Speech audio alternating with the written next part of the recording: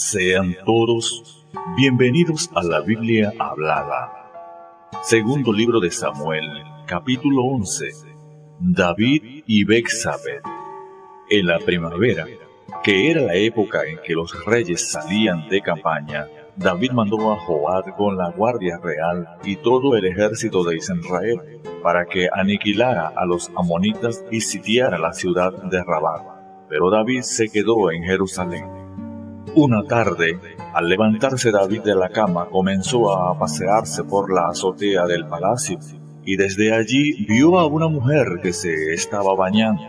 La mujer era sumamente hermosa, por lo que David mandó que averiguaran quién era, y le informaron: se trata de Betsabé, que es hija de Elián y esposa de Urías el hitita.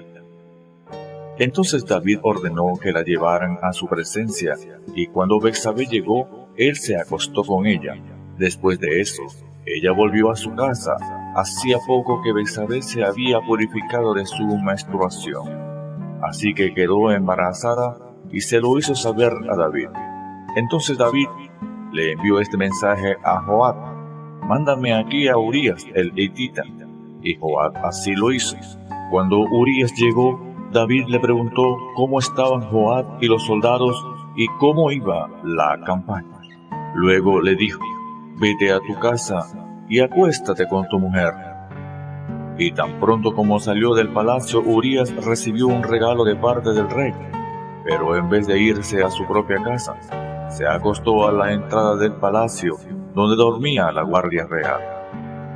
David se enteró de que Urías no había ido a su casa, así que le preguntó: ¿has hecho un viaje largo? ¿Por qué no fuiste a tu casa? En este momento respondió Urías: tanto el arca como los hombres de Israel y de Judá se guarnecen en simples enramadas, y mi señor Joab y sus oficiales acampan al aire libre, y yo voy a entrar a mi casa para darme un banquete y acostarme con mi esposa. Tan cierto como que su majestad vive, que yo no puedo hacer tal cosa. Bueno, entonces quédate hoy aquí, y mañana te enviaré de regreso, replicó David. Urías se quedó ese día en Jerusalén, pero al día siguiente, David lo envió a un banquete y logró emborracharlo. A pesar de eso, Urías no fue a su casa, sino que volvió a pasar la noche donde dormía la guardia real. A la mañana siguiente, David le escribió una carta a Joab y se la envió por medio de Urías. La carta decía: pongan a Urías al frente de la batalla, donde la lucha sea más dura, luego déjenlo solo para que lo hieran y lo maten.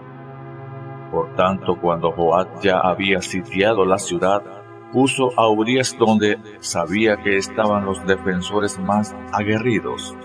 Los de la ciudad salieron para enfrentarse a Joab, y entre los oficiales de David que cayeron en batalla también perdió la vida Urías el hitita.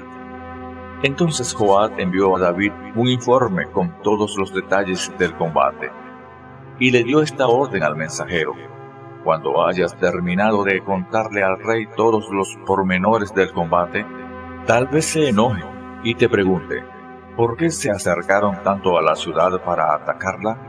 ¿Acaso no sabían que les dispararían desde la muralla? ¿Quién mató a Abimelech, hijo de Jerubeset?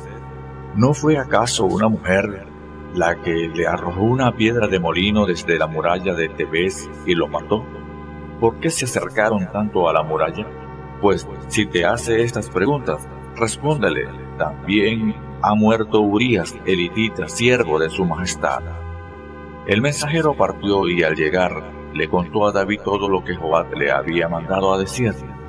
Los soldados enemigos nos estaban venciendo, dijo el mensajero, pero cuando nos atacaron a campo abierto, pudimos rechazarlos hasta la entrada de la ciudad.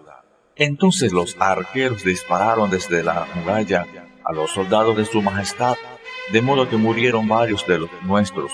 También ha muerto Urías el hitita, siervo de su majestad. Entonces David le dijo al mensajero: dile a Joab de mi parte que no se aflija tanto por lo que ha pasado, pues la espada devora sin discriminar. Dile también que reanude el ataque contra la ciudad hasta destruirla.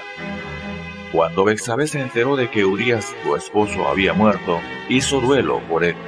Después del luto, David mandó que se la llevaran al palacio y la tomó por esposa. Con el tiempo, ella le dio un hijo. Sin embargo, lo que David había hecho le desagradó al Señor.